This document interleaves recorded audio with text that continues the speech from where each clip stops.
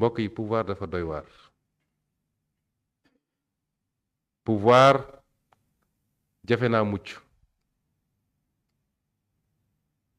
tey nous sommes à l'épreuve du pouvoir.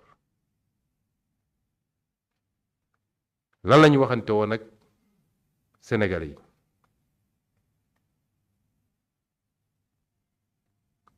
waxoon nañ ak Sénégalais yi ni la ñu jiital mooy souveraineté. mooy moom suñu bopp am suñu sañ-sañ.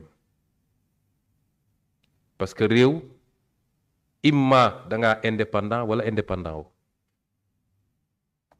waaye li ñu njëkk a woote mooy souveraineté. souveraineté nag tekkiwul autarcie. dañoo ne réew moo xam ne léeg-léeg ñu jàkkaar lool ci wëlbati rek la ñuy nekk pour essayer jaxase xelu Sénégalais yi. souveraineté tekkiwul ni da ngaa tëju ba doo jëflante kenn ñun mësuñu ko wax. souveraineté mooy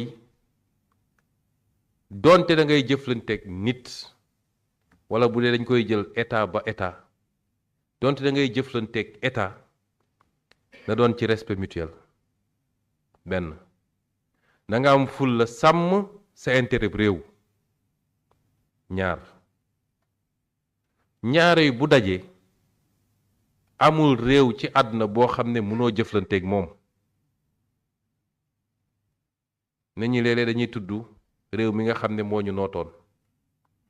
ku dellu ci samay waxu démb dama doon wax nous ne sommes ni contre ni pour tel ou tel pays mais nous sommes pour le Sénégal.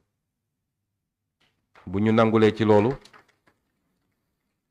ku ñu nangul ci loolu ak lu mënoon a xew suñu diggante mën nañu xool lu ñuy jëflanteeg yow.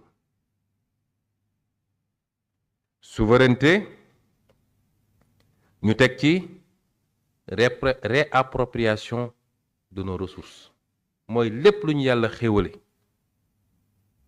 ñu fexe ba téye ko suñu loxo. ressources financières mooy li ñu am as tuut ci koom te su dee ci wàllu état li koy gën a màndargal mooy moom la ñuy jël pour def budget di def dépense publique rawatina investissement di ci joxe ay marché public ñu fexe ba xool la ci ëpp nu muy desaatee ci réew mi ak ci loxo doomu réew mi. souveraineté sur nos ressources naturelles mooy lépp lu ñu yàlla wërsëgale ci géej gi masalan jën gi ci pétrole ci gaz ci phosphate ci zircon ci or ak leneen ba ci suuf si nga xam ne moom la ñuy bayee ñu fexe ba lu ci waay di am na ci réew mi ëppale fuuf. loolu diglante woon nañ ko ak Sénégalais yi ba 2016 mu bindoon ab téere wax li ñu defoon ci suñu pétrole suñu gaz.